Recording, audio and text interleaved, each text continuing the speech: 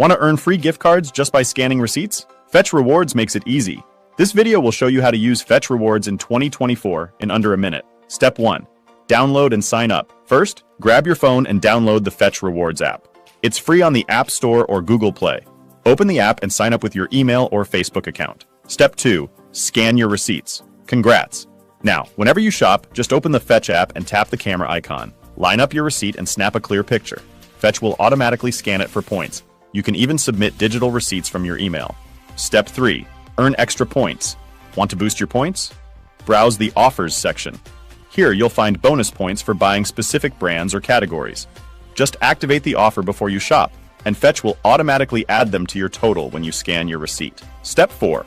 Redeem your rewards. Once you've collected enough points, head to the Rewards section. Choose your favorite gift card from hundreds of popular stores, or opt for cashback with a Visa card. Redeeming your rewards only takes a few taps. That's it. With Fetch Rewards, you can turn everyday shopping into free gift cards. So what are you waiting for?